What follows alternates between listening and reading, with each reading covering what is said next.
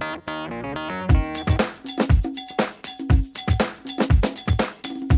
up, everybody? This is the Jet Setter. My name is Tyson Rauch. In this episode, we're going to talk about Jets free agency, a training camp preview, and things that come in the season. Before we get started and give you some of my background, I currently write for JetNation.com, I write for Examiner.com, and I'm a season ticket holder since 1995. I've seen the highs and lows of the New York Jets like most of you have. I was there for the Curtis Martin halfback pass. I was also there for 8 home losses in 1995, 1996, and those Rich Cote-type disasters of the years. I was at the last 2 years of the championship game, which was cool to be there. It sucked to see them lose. But you know what it is? Jets are getting better, and it's a good thing. So can't get argued about that. Free agency. The Jets have been very active the last couple of days. Some big signings. Plaxico Burress, big signing. Low risk, high reward. I like the signing. I think it's a huge target for Sanchez, which is great. If he doesn't play well, no risk, no reward. If he does play well, you got to show him the money next year. No big deal. Santonio Holmes, the players seem to love him, so you can't argue with that. I've never seen a player get so many congratulations on Twitter before, which is awesome. Seems like Braylon Edwards is not coming back, which is kind of sad, but you know what? It is what it is. He seems to want a lot of money. It's free agency is what you got to do. They signed Wayne Hunter and Robert Turner for offensive line, which is great. Good depth, young players. They're versatile. Damian Woody not coming back kind of sucks. Not a big fan of that. He's a leader. He's got a good presence, but money talks in the NFL, and this is where the Jets are going.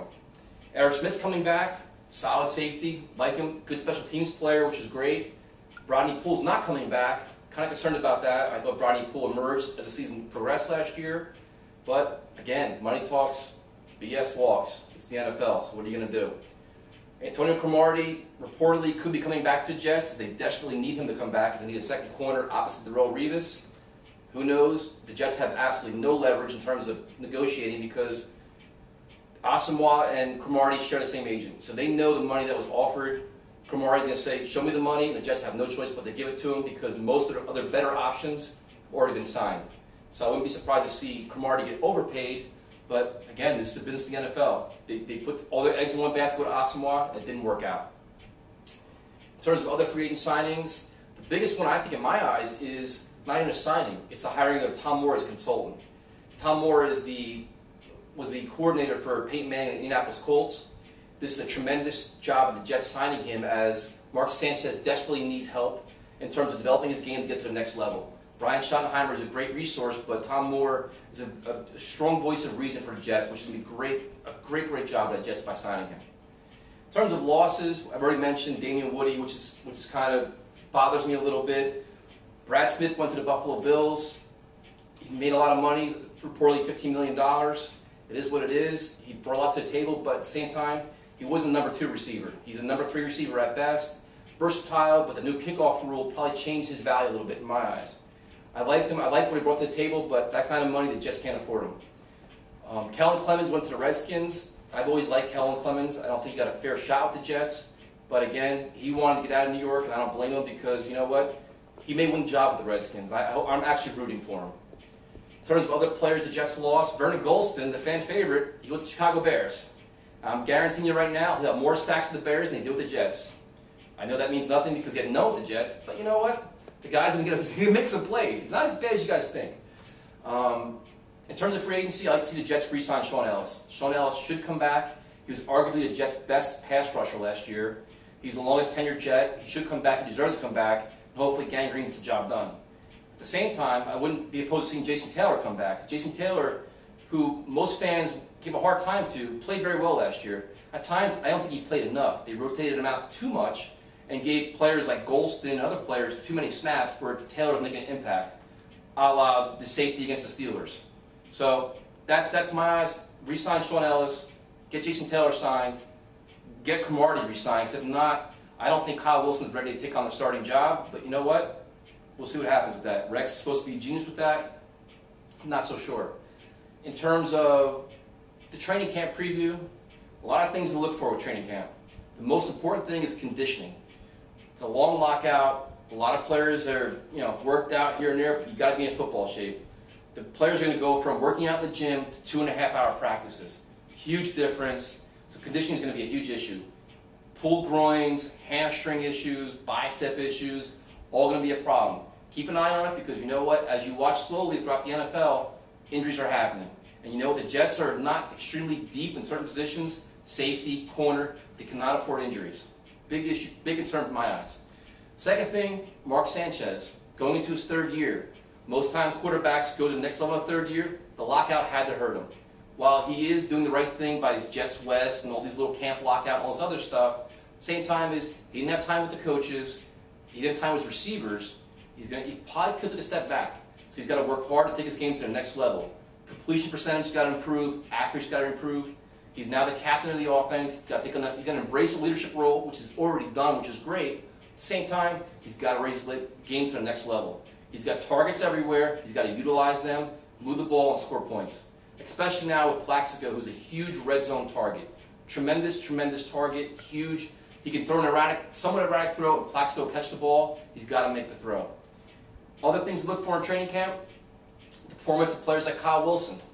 Kyle Wilson was the Jets' first-round draft pick last year. A lot of expectations. Defensive back, he's got to either embrace the nickel position, the dime position, or he could even be a starting cornerback opposite Darrelle Revis. Kyle Wilson's got to improve and step his game up to play in this defense and be effective, as nobody's going to throw Darrelle Revis aside. They're going to find the weakness on the defense, and Kyle Wilson cannot be that weakness. Other things to look at is Jim Leonard. He's coming back from a severe injury. Is he healthy? Calvin Pace, can he come back and be the pass rusher that I think he can be? I think Calvin Pace could be a 10-sack guy if he's healthy and in the right system. I mean, the Jets drafted 2 defensive linemen, Kendrick Ellis and Muhammad Wilkerson, that can push the pocket in. If they can push the pocket in the middle, Calvin Pace and Brian Thomas could have huge years. A lot of times people give Brian Thomas and Calvin Pace a lot of slack for not getting to the quarterback. It's a group effort. You've got to get to the quarterback by getting pressure in the middle and coming from the outside. So I think if Muhammad Wilkerson or Kendrick Ellis or even Sione Puha or Mike DeVito can generate pressure, Brian Thomas and Calvin Pace could have big years. And I honestly think Calvin Pace can have a monster year this year.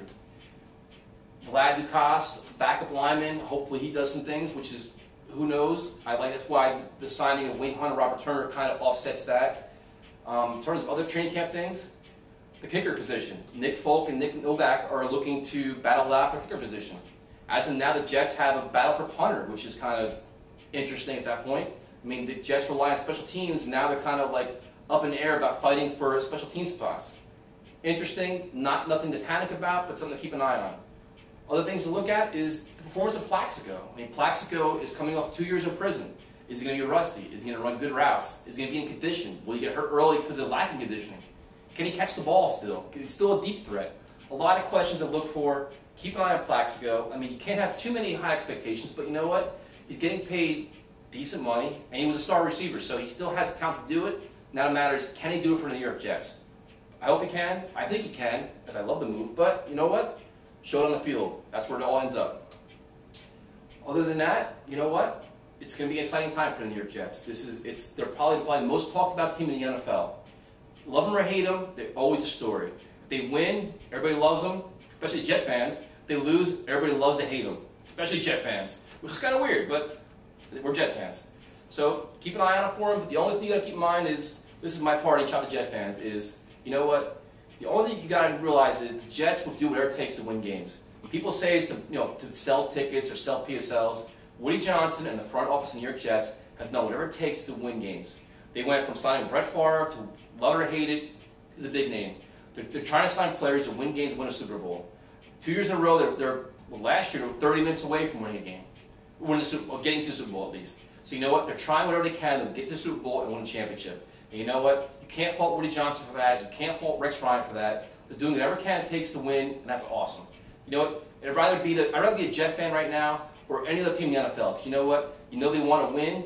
Players are hungry. The owner's hungry. The head coach is just determined to win a Super Bowl, and that's all you can ask for. So you know what? As a Jet fan, I'm proud of the New York Jets. They're making moves. They're making waves. And you know what? You never know. This could be the year. If you say it for 40-something years, I don't care about that. I'm a positive fan. It's real. They're close. And you know what? It'll play out this year. You never know. This could be the year. Go Jets.